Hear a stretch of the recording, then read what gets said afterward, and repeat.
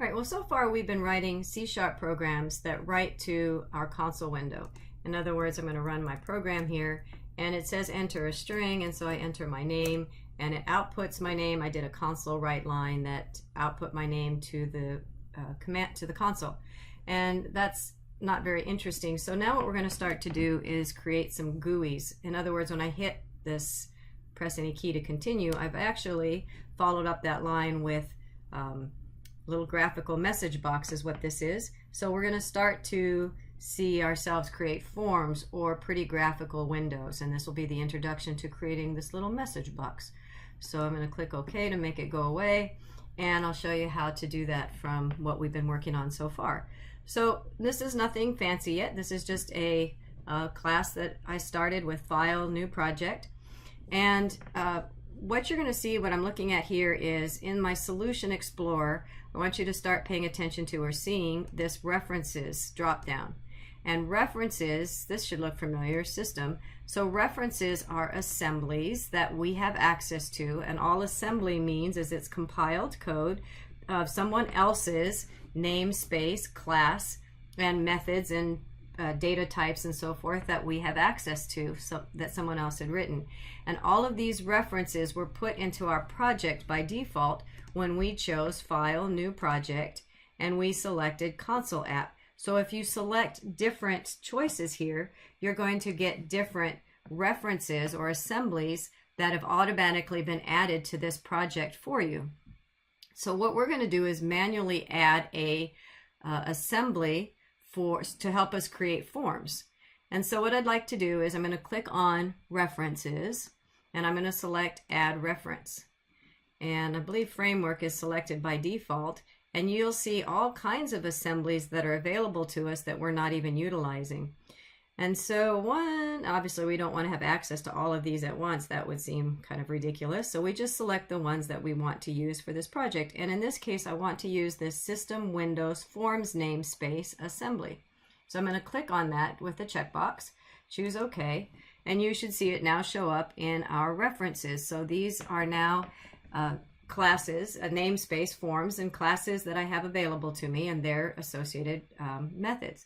In other words, just like we used, now we had using system, now I'm going to say I'm going to use system.windows.forms in this particular project.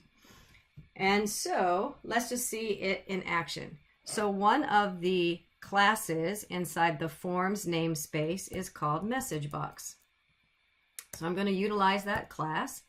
And when I clicked on the period, it appears that there are 3 methods that are available to me in this class that somebody else has written. So I'm going to select show and parentheses. And now this is a method that has 21 overloaded parameters. So it's overloaded. Show is overloaded with 21 different abilities based on different parameters that it requires. So, okay, 1 of 21. So one of my choices is a string text. Okay, I'll try that. So I'm going to type in some text. Apparently it needs to be a string, so I put it in quotes, and I'm just going to put in some text just to see what it does. And so debug, start without debugging, and let's see what comes up. So I've got a message box that has some text on it. That's cool. All right. Now, let's see what our other choices are. So I have some text. I'm going to hit the comma and see what some of my other choices are. So I'm going to use the arrow up key and arrow down key, or you could use your mouse, but I like the keyboard. So I'm going to see what some of my other choices are. Okay, well, I use string text. What are some of my other overloaded options here? Win32 window dot, oh, I know what that is. Okay, how about this one? String text, comma, string caption. Displays a message box with specified text and caption. Okay, let's try that. So I'm going to type in the word caption and see what happens. So now when I run it, I get some text and then I get some caption stuff. Okay, so we're starting to look like kind of cool, right? What else do I have? I'm going to try another comma, and I hit the space key to see more what some of my choices are if it didn't come up automatically.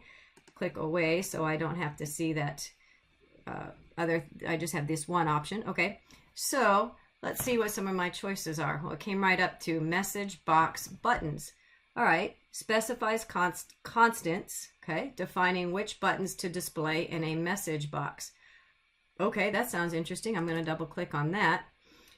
Still get a little red underline. If I click on the dot, now I see that I have what are called enums, and enums are simply named values.